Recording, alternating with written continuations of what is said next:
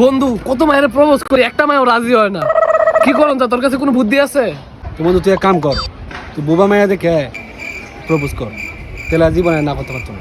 ওফ, দারুণ বুদ্ধি দিছ বন্ধু। দাঁড়া, আমি এখনই যাইতাছি, একটা বোবা মায়ের দেখে প্রপোজ করতেছি। আমি তোমার ভালো পাই, তুমি আমার গার্লফ্রেন্ড হবা?